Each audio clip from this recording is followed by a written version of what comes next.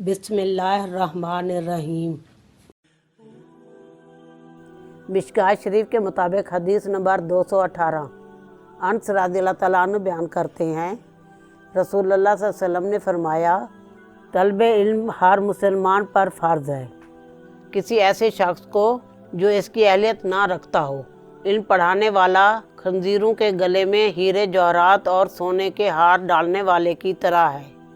ابن ماجہ جبکہ بہقی نے مسلم تک شعب الایمان میں روایت کیا ہے، اور انہوں نے فرمایا اس حدیث کا متن مشہور ہے جبکہ سند ضعیف ہے، اور یہ روایت متعدد طرق سے مروی ہے لیکن وہ سب ضعیف ہے۔